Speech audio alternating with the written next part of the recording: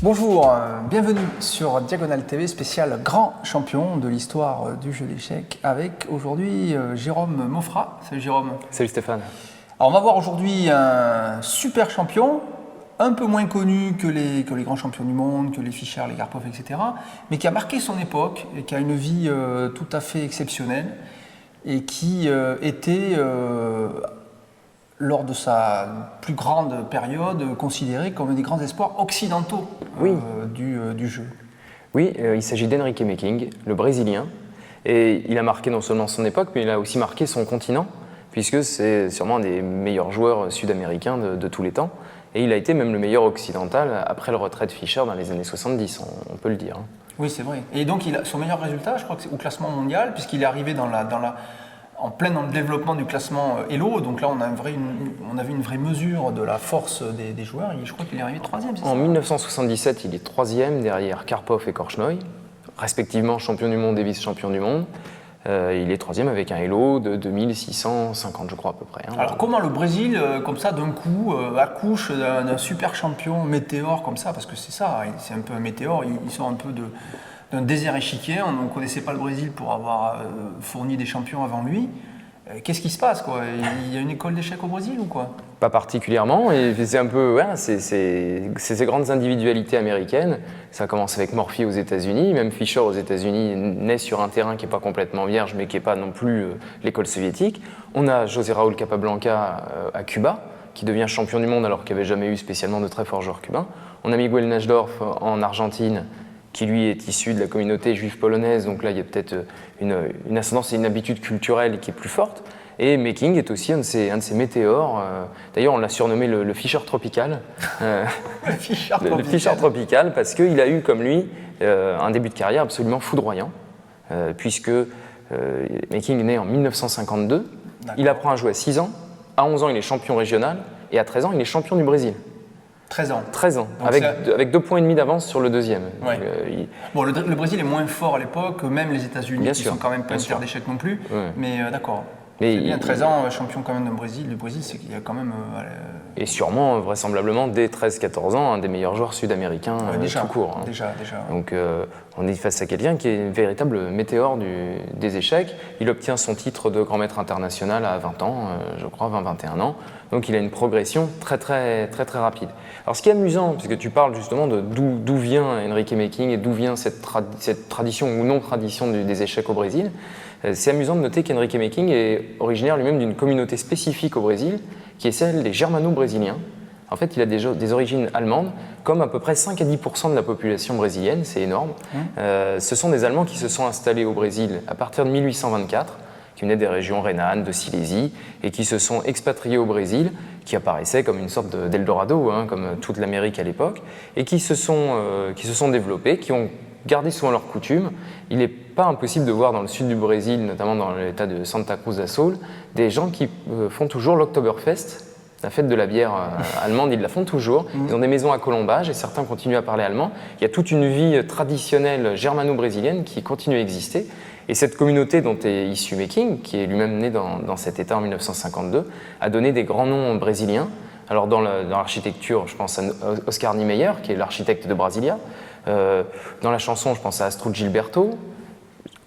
Au tennis, je pense à Gustavo Kuerten. Au football, Dunga, qui était le capitaine de l'équipe de Brésil. Et puis même chez les top modèles, Gisele Bündchen, qui a un nom à consonance fortement allemande, eh bien, est brésilienne. Donc c'est une communauté qui est très active au Brésil, et Henrique Meking est son représentant. Donc s'il y a peut-être une tradition européenne, c'est dans le fait que les Allemands ont sûrement apporté le jeu avec eux au Brésil. Mais bon, comme toute l'Amérique du Sud, qui est un mélange aussi de beaucoup d'immigration européenne. L'Argentine, c'est plutôt l'italien. Absolument. Et donc le Brésil, c'est très mélangé en fait. Le Brésil, c'est très mélangé, bien sûr, avec des Portugais, mais aussi, suivant les régions, des Allemands, des Italiens. L'Amérique, de manière générale, s'est constituée sur un fort cosmopolitisme. Donc, tu me disais grand maître à 21 ans. 21 ans, donc on est en quelle année 21 ans, on est en 63. Il participe rapidement à l'interzonal pour le titre mondial. Il se qualifie même pour le zonal de Sousse. Ensuite, à nouveau, il continue à se qualifier, mais je ne vais pas dire qu'il atteint ses limites, mais il est quand même bloqué dans son ascension, parce qu'en 74, il se qualifie pour le tournoi des candidats, mais il est battu en quart de finale. Donc ça, par c'est Korchnoi. déjà un résultat. C'est déjà un résultat, mais il bloque à ce niveau-là dans les 10 premiers mondiaux. De nouveau, en 77, il se qualifie, mais il est battu par Polugaevski en quart de finale aussi. Donc il est confronté à une limite au plus haut niveau, au top niveau, en dépit du fait qu'il est quand même 3e mondial. Et il se prépare comme jamais pour l'interzonal de Rio de Janeiro qui doit avoir lieu en 79. Ouais, mais malheureusement, à Rio, en plus à Rio, il est sur ses terres, donc soutenu. Il est très très populaire au Brésil. Il est surnommé Mequinho, il fait plusieurs fois la couverture de journaux grand public. Il est connu par l'homme de la rue, donc c'est vraiment là, interzonal à Rio, il est sur son terrain, il est préparé comme jamais. Il était considéré un peu comme le successeur de Fischer à un moment donné. On croyait que ça pouvait être le nouveau fer de lance occidental. Après le retrait de Fischer, c'est le meilleur joueur occidental en termes de classement, donc on attend de lui qu'éventuellement il prenne d'une certaine façon sa succession. Et il est préparé comme jamais pour cet interzonal de Rio de 79, mais au bout d'une ronde, il est obligé de quitter le tournoi, d'abandonner. Il est malade. Et les médecins diagnostiquent rapidement une maladie très grave qui s'appelle la myasthénie, qui s'attaque au système nerveux. On pense que la maladie est incurable, que Meking va mourir. Donc il se retire complètement des échecs pour se soigner. Il se tourne même vers la religion et devient un très fervent pratiquant de la religion chrétienne catholique. Et plus que ça. Plus que ça, il fait des études de théologie pour devenir prêtre. Et le miracle se produit, miracle de la médecine ou miracle de la foi en tout cas, Meking guérit et fait un comeback dans les échecs plus de 10 ans après, en 1991. Il représente à nouveau le Brésil aux Olympiades, il gagne un tournoi en Italie et participe même au grand tournoi Chorus dans les années 2000 où il bat Sassi Kyrgian notamment, un très très fort joueur. Donc il a encore des ressources même à près de 60 ans. Il est persuadé de pouvoir revenir dans les meilleurs mondiaux, ce qui me semble très compliqué. Oui, il pense revenir avec la foi et son talent, il pense revenir dans les 10 meilleurs mondiaux. On attend.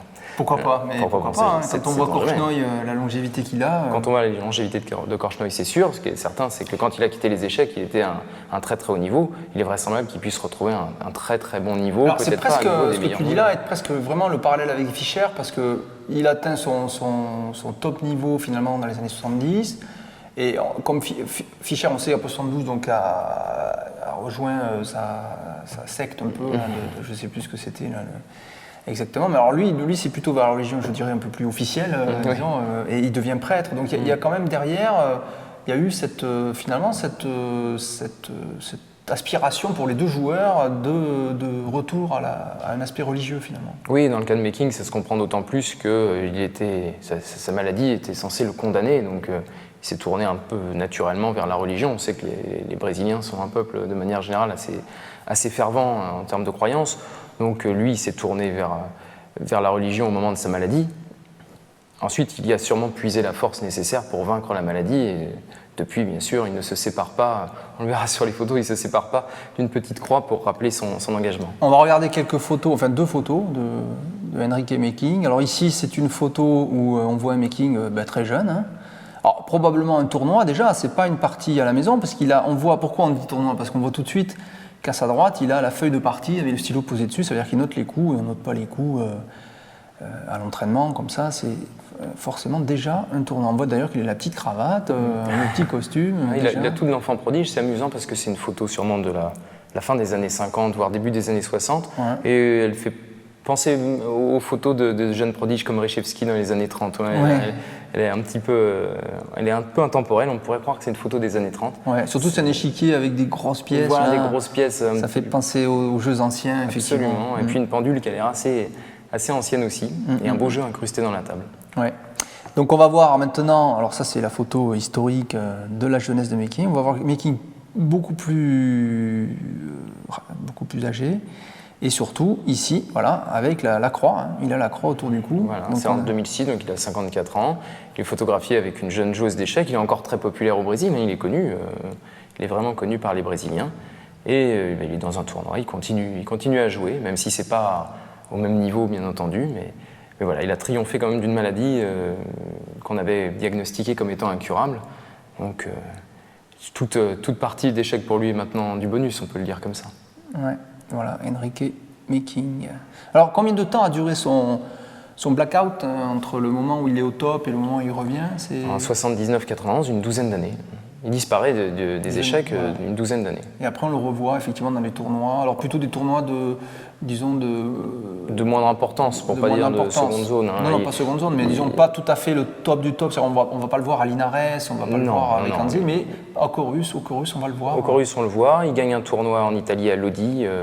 Dans les années, je crois que c'est en 2006, c'est cette année-là, me semble-t-il. Ouais. Bon, même si ce ne sont pas c'est pas les top tournois, c'est pas les tournois. Je ne sais pas s'il a joué Fischer ou pas. J'ai pas oui, ils se sont rencontrés. Je crois même qu'il a un score de parité contre Fischer. Je crois qu'ils ont disputé un match dans les années 60. Un petit match en 5 parties, quelque chose comme ça. Ouais, d'accord. À voir, à vérifier. On va vérifier. Ouais. C'est un point qu'on n'a pas creusé expressément. D'accord, voilà, donc making, il ne faut pas rater parce que vraiment, ça fait partie de ces étoiles qui brillent dans le ciel du jeu d'échecs. C'est bien aussi comme ça qu'il y ait des joueurs qui sortent pas justement des machines à fabriquer des champions. C'est bien qu'il y ait toujours des personnalités qui se font un peu leur place un peu tout seuls.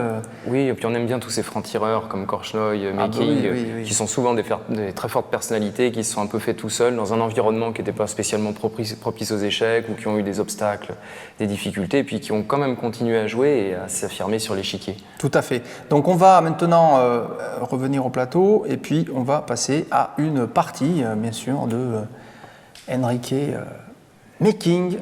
Alors ici c'est la fin, là on ne va pas regarder la fin, on va voir le début de cette partie alors pas n'importe qui, d'abord Making bien sûr, parce que c'est l'émission qui lui est dédiée, mais en face de lui il a du lourd, parce qu'il est face à Michael Tal, le grand Michael Tal, au tournoi de Las Palmas. Donc une partie qui s'annonce tendue face à un ex-champion du monde. Connu pour son style très offensif. Voilà, connu pour son style offensif, Michael Tal a toujours été considéré comme, on l'appelait le magicien de Riga. Donc Chirov un peu son héritier, on peut dire. Oui. C'est-à-dire que c'est des joueurs comme ça qui vont tenter des ouvertures extrêmement tendues sur le fil du rasoir et parfois avec même un peu de jeu un peu approximatif, mais toujours qui pose des problèmes tactiques énormes aux joueurs et qui arrivent à trouver des combinaisons fantastiques dans des situations improbables. Oui, on disait de Tal qu'il sacrifiait souvent, il développait ses pièces et ensuite il sacrifiait des pièces au milieu de l'échiquier. Oui. Quand on lui demandait comment vous faites, il dit je sors mes pièces, ensuite je les sacrifie. Et souvent il créait des complications qui étaient énormes. Et lui-même, on n'était pas sûr qu'il s'y perdait pas un petit peu, mais son adversaire s'y perdait toujours un peu plus que lui. Donc à la sortie de la mêlée, il avait toujours quelque chose, une pièce en plus, un pion en plus ou une position supérieure, ce qui lui a permis quand même de devenir champion du monde. Et à une époque où le jeu scientifique, rationnel des années 50 avait un petit peu stérilisé le jeu d'attaque. Ça a été une bouffée d'air quand même, Michael. Oui, oui. C'est un joueur qui se complaisait dans les positions chaotiques. Il aimait le chaos. Il aimait provoquer des positions les plus chaotiques possibles. Alors donc on est sur E4, C5, cavalier F3, D6, D4, bon tout ça est normal, on ouvre le centre, ici c'est prend, cavalier F6, cavalier C3 et A6, voilà, donc on est typique dans une sicilienne Najdorf ici, avec les deux fameux coups, D6, C5 qu'on a échangé en D4, on joue A6, alors A6 à la fois protège la case B5, ici empêche des pièces de s'y poser, mais aussi prépare la poussée B5. L'idée étant de pousser éventuellement B4. De pousser B4 pour attaquer. Que le cavalier ne puisse plus protéger le pion E4 qui est attaqué par le cavalier noir en F6. Voilà, et puis se faire une expansion à l'aile dame, c'est déjà une pseudo-attaque de minorité, 2 pions contre 3 ici. Et bref, enfin on n'en est pas là, il y a plein de possibilités encore, mais c'est l'idée générale. Alors fou G5, voilà, donc une des variantes de cette ouverture, E6.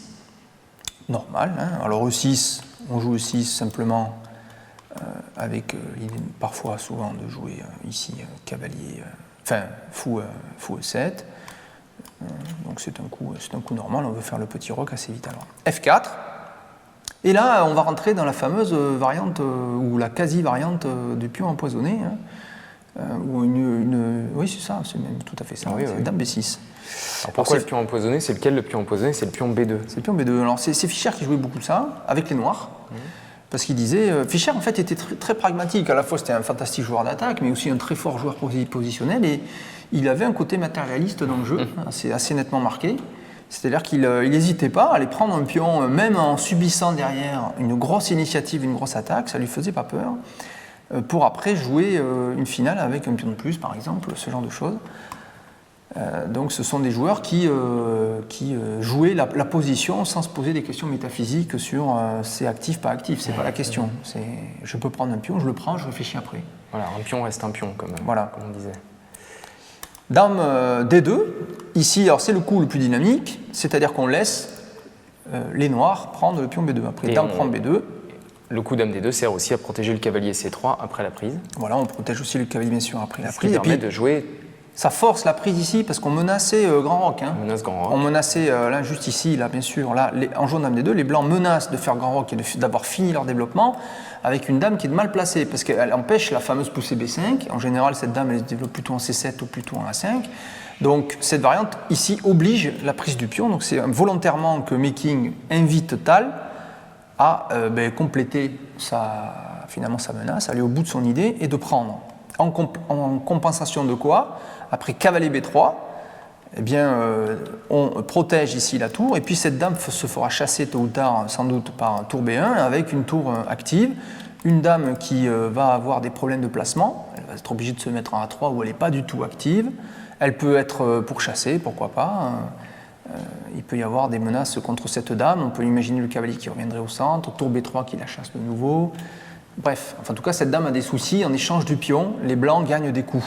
Donc surtout que là, le coup suivant des blancs pourrait être A4 par exemple. Alors, il y a une menace, bien sûr, après aussi, tout à fait, après cavalier B3, il faut le signaler, c'est A4, et la dame n'a plus de case, parce qu'en jouant A4, on prive la dame de la case A3, donc la dame est quasiment prise, il suffit de jouer tour A2 ou tour à B1, et elle est perdue.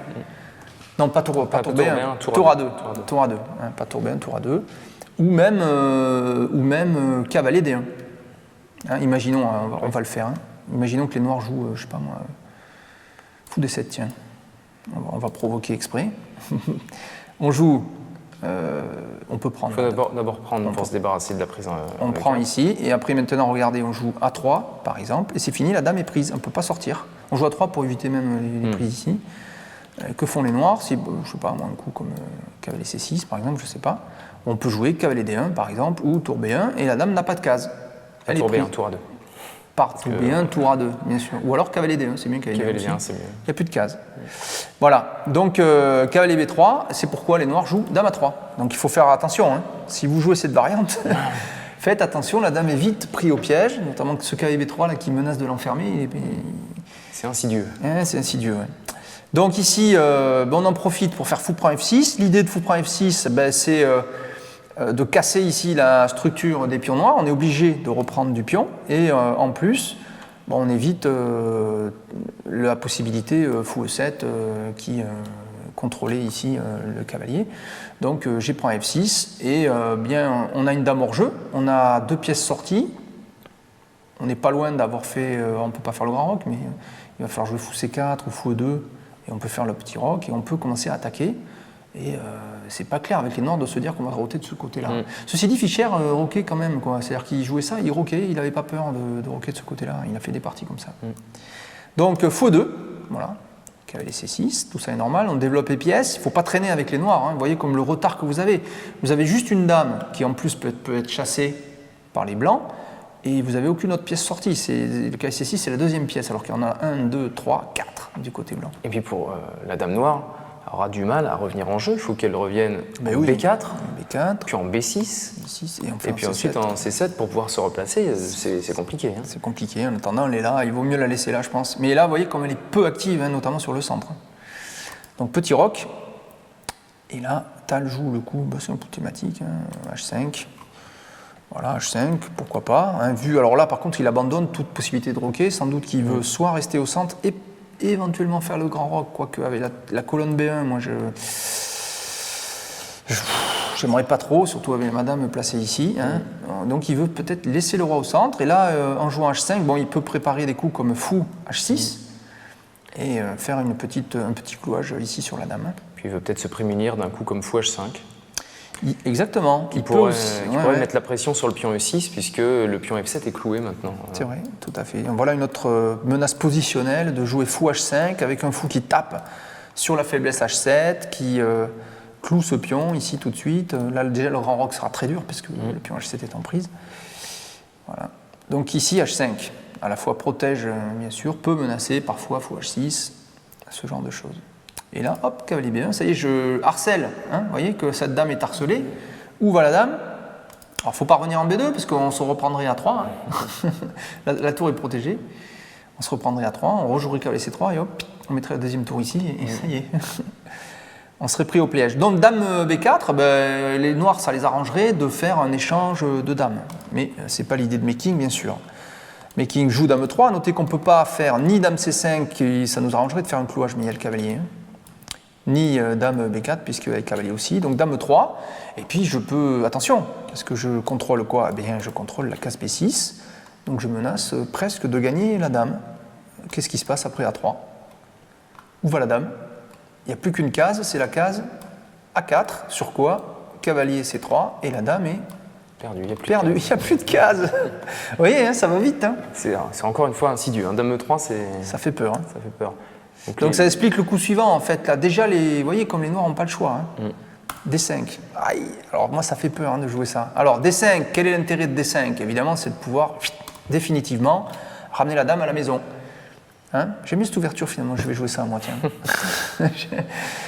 Mais il faut que les noirs jouent cette variante de prise. Le problème de D5, c'est quand même que le roi est encore au centre et on propose ni plus ni moins que d'ouvrir la position. Alors ça fait peur. Puis alors en plus c'est une victoire pour les blancs parce que regardez, on a fait prendre le pion B2, mais c'est pour l'échanger contre le pion central D5.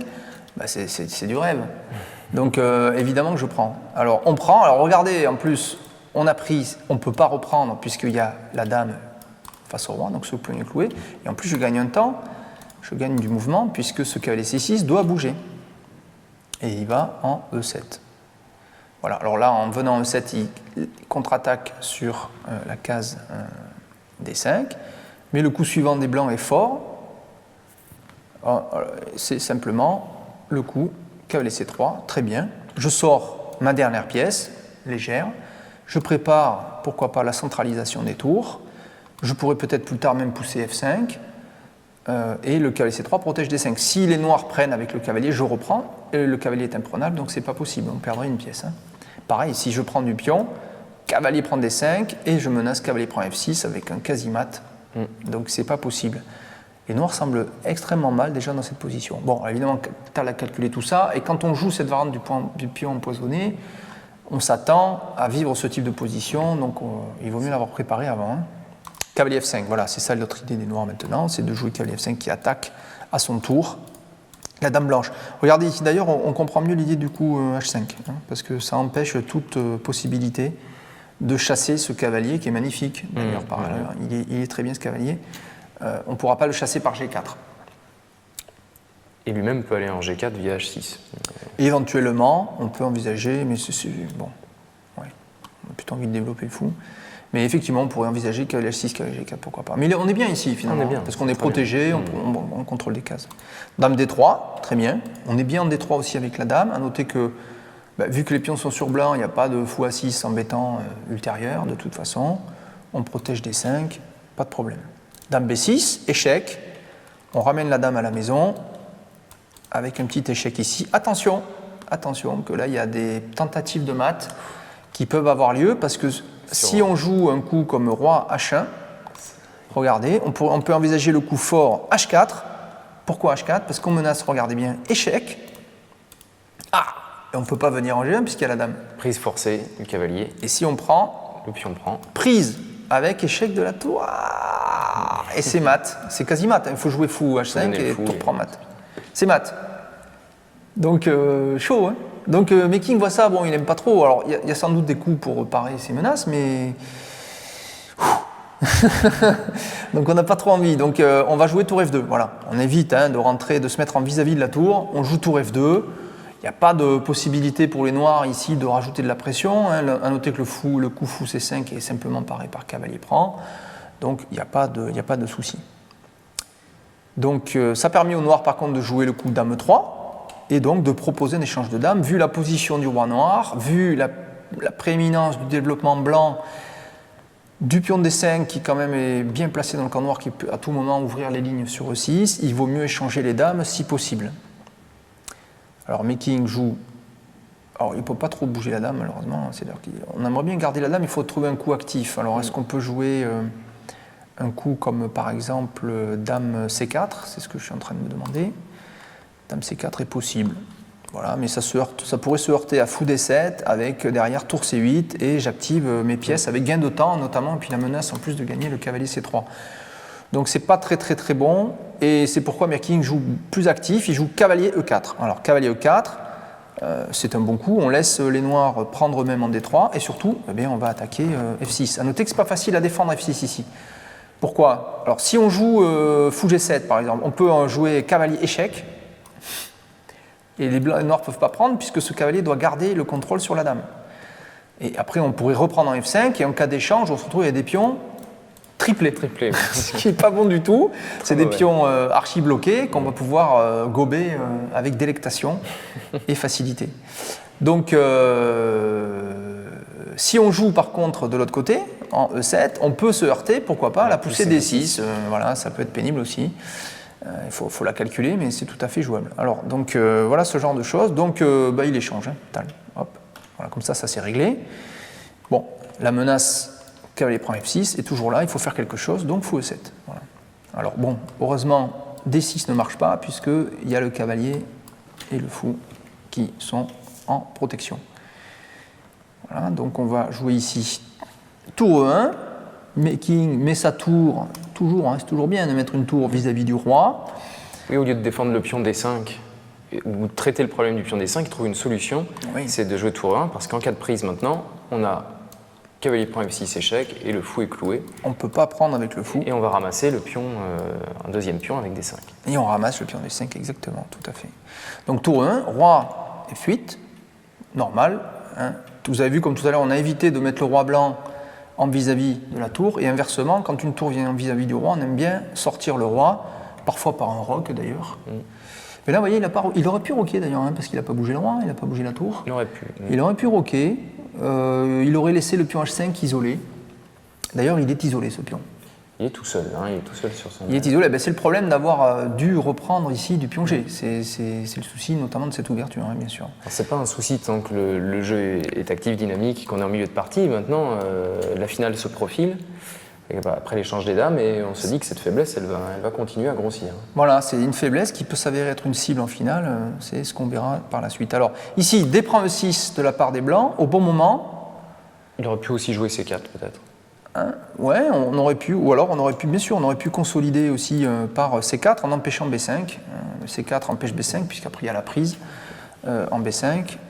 À noter ici que d'ailleurs la tour en plus protège à 2, ça c'est bien. On peut envisager C4, oui, parce que C4 peut menacer C5, on peut essayer de faire des poussées comme ça, peut-être que les noirs ne peuvent pas prendre ici. Bon, puis on prend le 6. Alors là, il y a deux prises possibles. Alors la prise positionnelle, c'est de prendre deux pions, bien sûr. Pourquoi ? Eh bien parce qu'on avait deux pions doublés, et là, ça y est, on a deux pions potentiellement mobiles, hein, c'est mieux, ils sont côte à côte. C'est d'ailleurs sans doute un bon coup. Hein. Ici, Meking aurait quand même pu continuer par cavalier C5, qui attaque à la fois B7, bon, c'est protégé, mais ça attaque aussi E6, qui lui est attaqué aussi par la tour. Donc, pas facile à défendre d'ailleurs, parce que si on joue roi F7, on peut doubler. Et là, on ne voit pas trop comment on défend, pas facile. Donc, au vu de cette variante, eh bien, finalement, Tal reprend du fou. Fou prend un 6. Mais ce n'est pas positionnel, parce qu'on a laissé les deux pions ici. Oui, puis on a abandonné la défense du pion B7. On a abandonné la défense, effectivement, du pion B7, tout à fait. Alors, à noter que cette solution est sans doute moins bonne. Alors, on va quand même voir l'autre aussi, ce qui se passe. Après, prend E6, cavalier C5, attaque ici, hein, bien sûr. Voilà, que font les noirs? Il y a une subtilité, c'est cavalier D4. On peut essayer cavalier D4, bien sûr, puisque en cas de prise du cavalier, bien sûr, on attaque le 6, mais on perd le contrôle de C5. Voilà, mais les blancs peuvent augmenter la pression par fou C4, ici. Pas facile pour les noirs, ici. Ça perd, en fait, ce pion est perdu, en fait. On ne peut pas le défendre. C'est pourquoi finalement, il prend quand même avec le fou. Il vaut mieux avoir des pions doublés qu'un pion perdu. Au moins, pas toujours remarqué. ça dépend, ouais, mais au moins les pions doublés, il les a. Au moins les pions doublés, il les a. Alors à noter quand même, hein, pour contrecarrer un peu ce jugement sur la position, il y a quand même ici pour les noirs un petit facteur, c'est la paire de fous pour l'instant. La paire de fous est souvent un facteur, mais il y a la case C5 qui est une belle case d'invasion, il y a un fou qui tape bien ici, il y a la possibilité pourquoi pas plus tard de pousser un F5, il y a des tours actives, et l'avance de développement blanche est toujours là, avec une tour H8 qui ne joue pas. Et la possibilité quand même d'attaquer ici, ça c'est un bloc faible hein, à cause des pions qui sont mal placés, et puis ça aussi ça peut être l'objet d'une cible. Alors ce pion est un tout petit peu faible chez les blancs, mais pas facile à attaquer tant qu'il y a le fou. Et puis ce pion à 2 peut s'avérer faible aussi. Il faudrait titiller ce cavalier là, peut-être, mais ça affaiblit d'autres cases évidemment, c'est pas simple. Donc fou à 6, alors cavalier EC5 de making, voilà qui joue actif, très bien. Il améliore la position de ses pièces, il a fini son travail ici, il va dans le camp noir, à noter qu'il attaque B7 et E6, menaçant simplement de gagner un pion. Par exemple, cavalier B7 gagne un pion, ou cavalier prend E6, F prend, tour prend, gagne un pion aussi. Donc il faut réagir, et Tal choisit le coup cavalier D4. Alors c'est la même idée que tout à l'heure, si les blancs prennent le cavalier, c'est la perte ici du cavalier. Alors, avec cavalier D4, on protège aussi le fou E6. A noter que la menace, c'est aussi de prendre ici, et ça oblige le cavalier à reprendre, puisqu'il n'est pas défendu, ce cavalier. Hein, ce cavalier C5 qui est attaqué par le fou. Donc ce cavalier D4 est pas mal, c'est un coup dynamique. Qui complique la situation. Hein. Ouais, qui est bon. Alors on se dit, oui, mais attention, le pion B7 n'est pas protégé. Oui, certes. Donc les blancs pourraient prendre ici, maintenant, le pion B7, et peut-être après, maintenant, attention, ce cavalier est attaqué, donc après, apprend, en plus, on a ramené nos pions, on a ramené un pion près du centre, on a rééquilibré nos pions avec une bonne position. La position s'ouvre un petit peu et les fous noirs vont être plus actifs. Alors voilà. on voit exact. fou D5 active. Voilà, et que font les blancs, puisque le cavalier ne peut pas sortir. Il est obligé de ressortir en A5. Je suis obligé de jouer cavalier A5. Et attention à fou B4 qui... Si je joue ça, je peux aussi jouer tenter fou E4. C'est possible aussi. Fou E4, qu'est-ce qui se passe sur fou E4 ?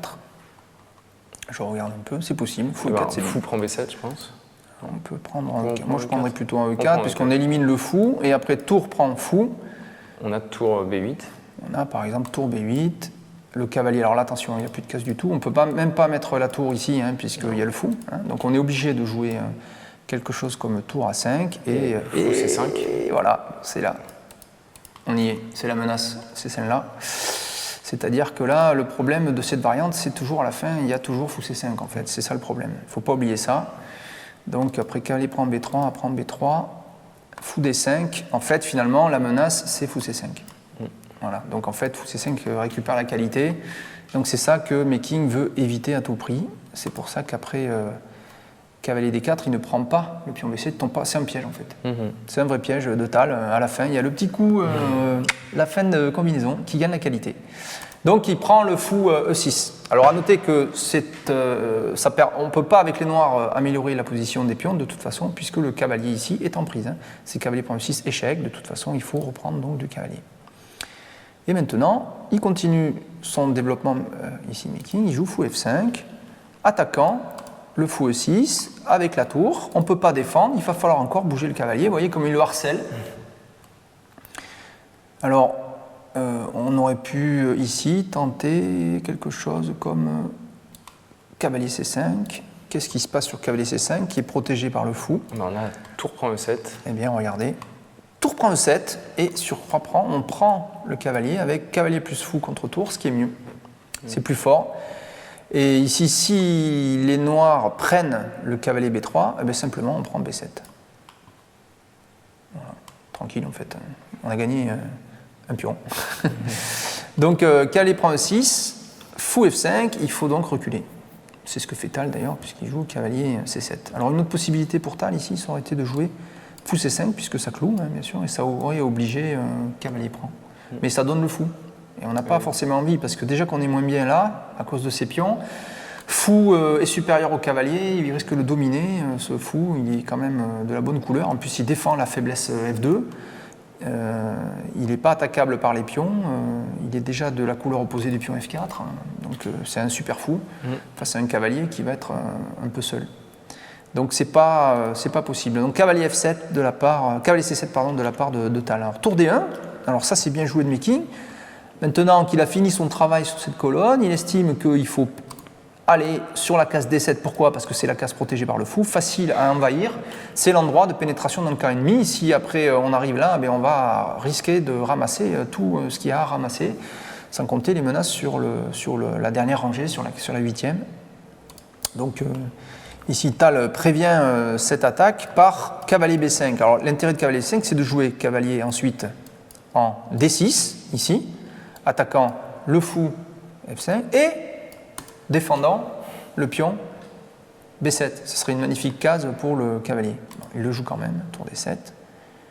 Et il ne le fait pas en fait, il aurait pu. Donc ici, hop, il aurait pu jouer ici Tal ce coup. Il est bien ce coup là. C'est un bon coup ça. Ça oblige fou D3 quasiment. Ça oblige fou D3 et qu'est-ce qui se passe sur tour C8? Là, par exemple, donc fou D3, tour C8 et la tour est... Ah oui, on peut jouer tour 2, ouais, voilà, ça tour 2 qu'attaque le fou et on ne peut pas défendre. Donc, oui, tour D7, ici, tour D8 de la part de Tal. Donc, oui, en fait, tour 2 suffit, en fait. Donc, tour 2, tour 8. Alors, l'idée de Tal ici, c'est de jouer le seul coup, finalement, parce que... Oui, il faut qu'il empêche la pénétration des... Ah, et s'il permet tour 2, le fou n'a pas de case, il va où le fou d'ailleurs? C'est ça le problème. Le fou n'a pas de case, après si le cavalier peut rentrer, ça fait beaucoup, quoi. Ça va faire cher. Donc il fait tour D8 pour alléger la pression, essayer d'échanger cette tour. Alors, est-ce que les blancs pourraient prendre ici en C4?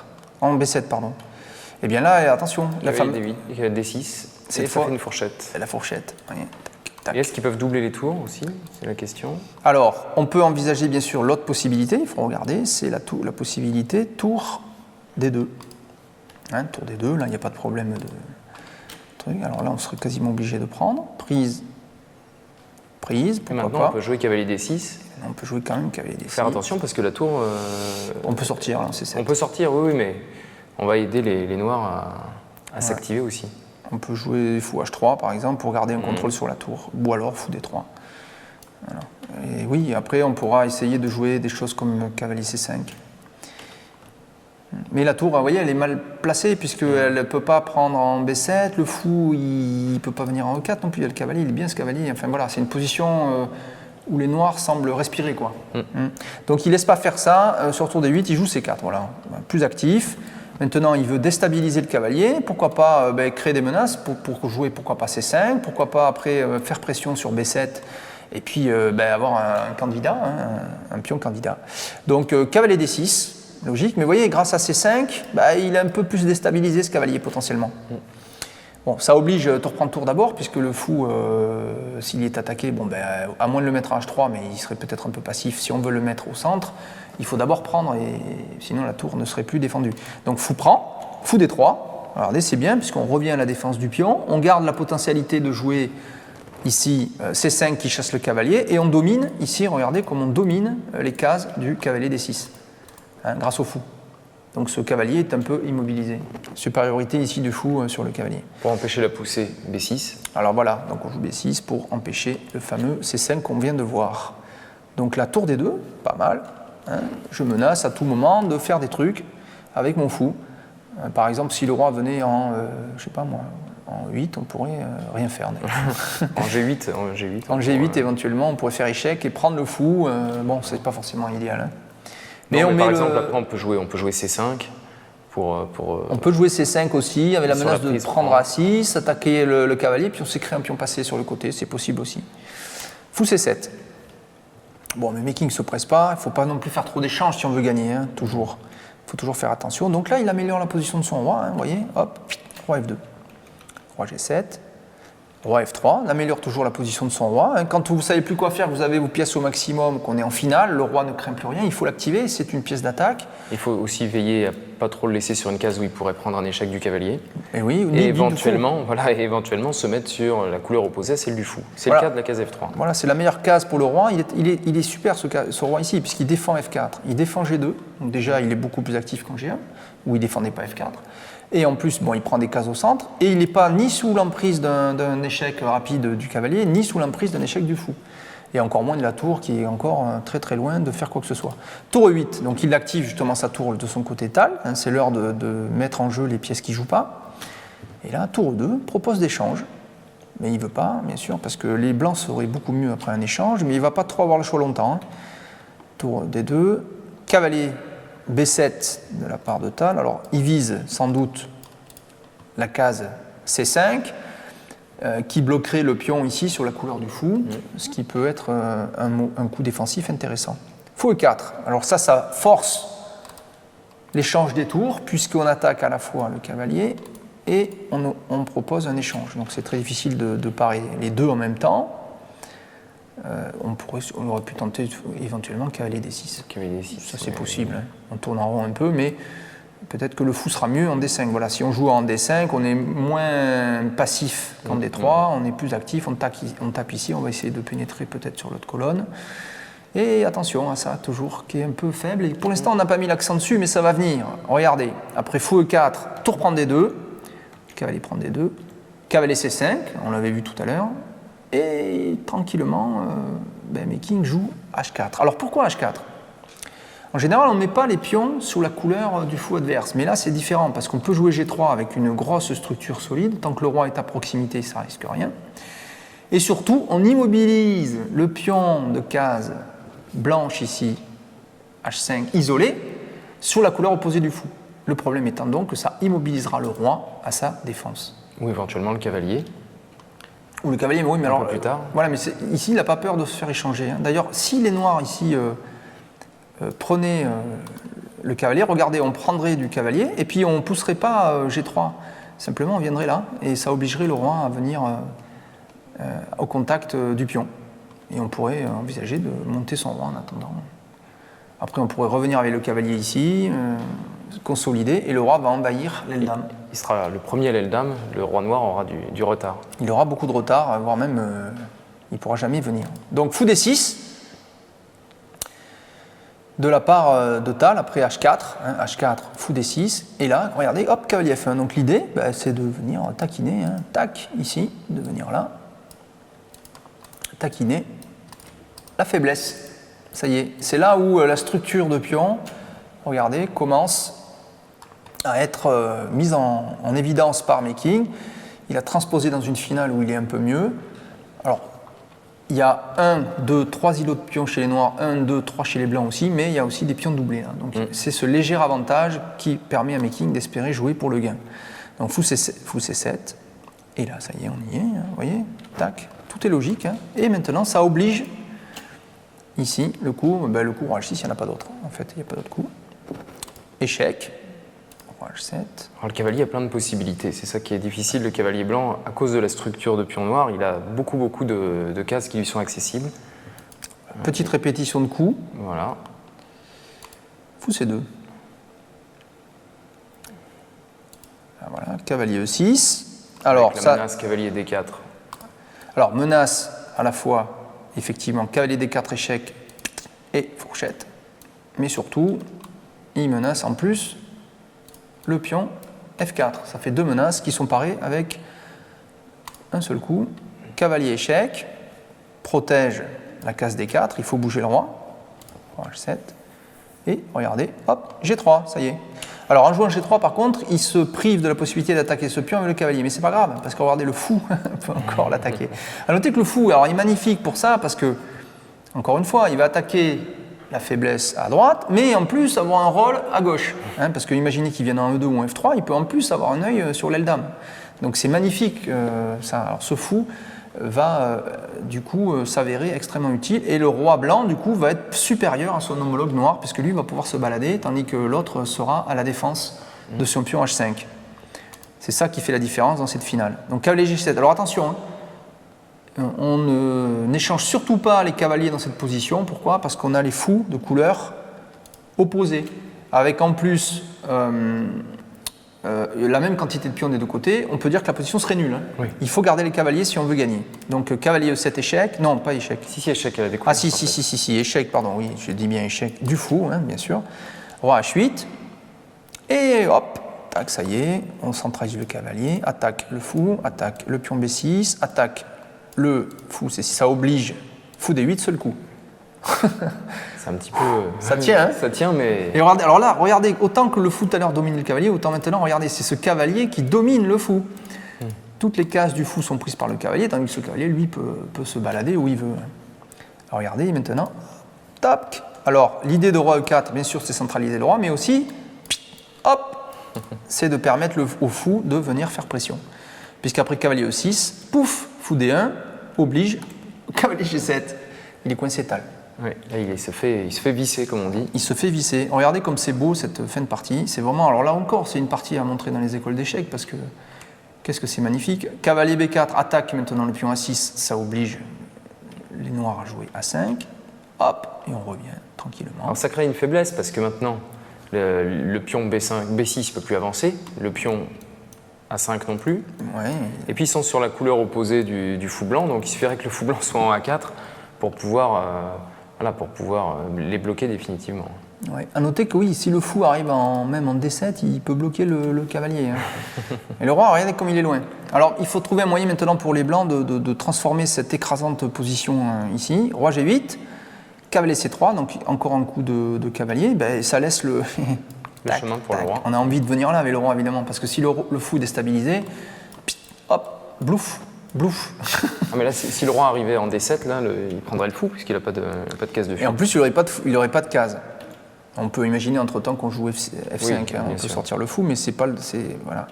Alors ici, l'idée c'est qu'on veut jouer le roi sans que le cavalier vienne ici, parce que si le cavalier est là, regardez, hop, c'est l'inverse. Ça serait nous qui aurions une faiblesse ici. Donc vite les rois, regardez vite les rois. Vite les noirs viennent d'activer leur roi, mais ben, je viens, moi, je vais au centre. Ça y est, ouf, ben, j'empêche le cavalier de venir attaquer ma faiblesse. Hein. Je menace d'entrer en C6 avec le roi, donc il faut que le roi... Ah ben oui, parce que bien sûr, la menace ici, c'est d'avoir une position écrasante. Roi C6, et je reviens en D5, échec, et le roi est obligé de repartir. Le pion B6. Voilà, je gagne le pion B6 avec le cavalier, j'ai un pion passé, je vais vite à dame. Donc c'est pas possible, il faut absolument rejouer roi D7. Échec, oblige le roi noir à choisir un camp. Roi E7, fou C2, on revient là toujours pour empêcher cavalier C2, roi D7. Encore un coup, il y a plusieurs répétitions, hein, parce que ben, les blancs gagnent du temps comme ça, il ne faut pas oublier qu'avec la pendule, plus on joue de coups, mieux c'est, hein, parce que ça nous laisse plus de temps pour jouer pour la suite. Et là, hop, ça y est, on y va, roi C6. Alors c'est un coup responsable, hein, puisque certes, je menace de venir en D5, échec, de prendre le pion B6, mais je permets aussi cavalier F5 qui peut venir prendre mon pion G3, donc c'est ce que fait Tal d'ailleurs. Mais regardez simplement, cavalier D5 maintenant, échec, où va le roi? Bon, le mieux c'est de rester au centre si c'est possible, donc roi E6 se comprend, et simplement cavalier prend B6. Donc j'ai pas peur là ici de me laisser prendre le pion G3. Alors si les noirs avaient pris ici le pion G3, eh bien, on aurait commencé ici sans doute tout de suite à pousser notre pion C5. À noter que la prise de ce pion effectivement ne crée pas de pion passé immédiat. Et on voit que le roi noir ne peut pas entrer dans le camp blanc. Hein. Toutes les cases qui lui permettraient d'avancer sont... si j'avance, je laisse faire roi D7 et où va le fou. Et après, c'est C6, C7. On ne peut pas contester au blanc la progression. On peut pas faire grand-chose. Donc, cavalier prend V6, et là, Tal, finalement, ne rentre pas dans cette variante. Il joue plutôt cavalier D4 échec. Il va essayer de garder ses pièces au contact de ce pion passé. Mais ça, c'est quasiment un aveu d'abandon. Oui, donc, là, vous avez vu la magnifique manœuvre de pénétration de making dans le camp ennemi. Hein. Donc là, roi B7, ça ménage la possibilité d'aller à dame et donc de faire sacrifier. Il faut tout de suite que le roi noir intervienne pour empêcher C5. Voilà. C'est ce que fait Tal. Exactement. Donc là, maintenant, on contrôle l'avancée du pion. Mais regardez, magnifique. Alors ça, c'est joli, hein, parce que cavalier D7 contrôle la case C5, donc la menace, c'est C5 échec. et il est protégé par le fou A4. Donc là, cavalier E6, Tal recontrôle la case C5, et là, ouch, roi C8. Comment on protège ça? À noter qu'on ne peut plus bouger. Hein. Où va le fou? Il n'y a pas de case. S'il va là, il est coincé. Alors il peut éventuellement encore aller ici. On ne peut pas bouger le cavalier, sinon le fou serait perdu. Et le roi, il ne peut pas bouger en fait. Hein. Tout est pris. Là, la menace C5 est très forte, hein, puisque le cavalier. Et on menace, ne peut pas prendre. On peut menacer effectivement C5, puisque en cas de prise, on reprend du cavalier simplement, roi prend, et roi prend fou, et ça suffit pour gagner. Donc, fou E7. Et enfin, regardez, la pointe, très jolie de Meking. C'est magnifique ce dernier coup. Et tu l'as oublié celui-là, tac. Plouf. Alors non seulement ce pion peut toujours potentiellement aller à dame, pourquoi pas, mais ce pion H5 va sauter. Derrière, c'est le pion F7 qui saute. Le pion H deviendra un pion passé. Donc la seule solution pour les noirs, ça serait de jouer cavalier G7 pour protéger à toute force le pion H5. Et on voit bien que c'est hyper passif et qu'ensuite il y a échec. Échec et la suite. Alors une autre possibilité, après fou D1, c'est de tenter cavalier C5. Parce que cavalier C5 déstabilise un tout petit peu le cavalier D7, qui serait sans doute obligé de prendre en C5. Et après roi prend C5. Attention, on a des fous de couleur opposée, mais en fait... il y a un petit coup qui permet de gagner un temps. Ouf. Roi D7. Où va le fou? Parce que si le fou va en D6, on ne peut pas prendre. Et si le fou va en C8, simplement, c'est le roi qu'on amène là. Maintenant, on joue roi D6. Et enfin, on peut prendre du roi, ou alors on prend du pion, parce qu'on va ensuite... Ou alors on protège le pion C4 avec le fou aussi. Hein. Ouais, mais c'est bien ça, je pense que ça suffit. Parce que là, maintenant... que font on peut prendre, on peut jouer. Je ne sais même pas si on peut pas jouer. Fou prend F7 échec, je pense. Fou prend F7 échec, tout à fait. Roi D3, et puis maintenant on y va. Comment on arrête le pion? C'est difficile parce que le fou noir peut difficilement se mettre sur la bonne diagonale. Alors on peut, parce qu'on joue F5, il faut quand même calculer, parce que sur H6 maintenant, fou D4. On a juste le temps, oui. H7, et attention, oui mais alors attention, parce que les fous de couleur opposée, ouais, mais on a le temps, simplement, on joue ça. Temps, ouais. Voilà, on va protéger et on fait dame. Il est peut-être un peu plus simple en bloquant la possibilité d'F6 en jouant F5 un petit peu avant. Tout à fait. Alors sur fou D1, donc une autre possibilité, on va regarder un peu, cavalier G7. C5 tout simplement. Alors non, c'est pas G7, on avait dit cavalier C5, c'est ça? Oui. Cavalier prend C5, roi prend C5. Donc maintenant, roi D7, coup intermédiaire très intéressant. Fou F8, roi E8, fou D6. Et maintenant, fou H5. Menace fou prend F7 qui garde le contrôle sur C4. On ne va pas laisser faire ça. Donc il faut absolument prendre le pion C4. Maintenant... Prise avec échec. Et oui, mais si on prend avec échec et qu'on joue F5, on va avoir des soucis. Alors, si on fait fou prend F7, roi D3, on ne peut pas jouer F5 puisqu'il y a fou prend H3. Fou prend G3. Oui, il peut revenir. Ah ouais, non. Donc il faut regarder la variante qu'on a vue, c'est-à-dire H5, simplement, F5, H5, tac, tac, tac, et on ramène le roi. On n'a pas peur que le roi noir ici aille prendre celui-là, parce que de toute façon, on va prendre l'autre pion aussi. Voilà. Donc, fin de partie, ça s'arrête sur fou D1, en fait. Voilà, fou D1, abandon. Magnifique, hein? Oui, la position finale est jolie, quoi. Il l'a un peu ballotté, il l'a attaqué à droite, il l'a attaqué à gauche, ouais. Puis il est revenu à droite. Voilà, c'est la position qui finit par craquer, alors que le matériel est égal. Hein. Voilà, donc on peut revenir sur le plateau pour cette fin de partie. Alors c'est une partie qui a eu lieu en 1975, voilà, donc c'est un peu la grande période de Meking, hein. C'est là où il est au top. Donc face à un ancien champion, Michael Tal, qui est encore extrêmement redoutable, puisqu'il aura été redoutable jusque dans les années 80, Tal, capable de battre tous les meilleurs, y compris les champions du monde. Il avait juste des problèmes de santé pour garder la distance. Oui. Il avait été opéré d'un rein, il avait des difficultés physiques qui ont pas mal entravé sa deuxième partie de carrière après son titre de champion du monde. Oui, tout à fait. Voilà, donc sur cette partie technique à refaire, à revoir chez vous aussi, c'est des genres de parties qu'il faut étudier si vous voulez progresser aux échecs. Mais c'est rien qu'à regarder, c'est bien déjà. Oui. Et donc, on vous dit au revoir pour une autre émission plus tard sur Diagonale TV pour voir les champions d'échecs et autres émissions. Merci Jérôme. Merci Stéphane. Au revoir. Au À revoir. bientôt.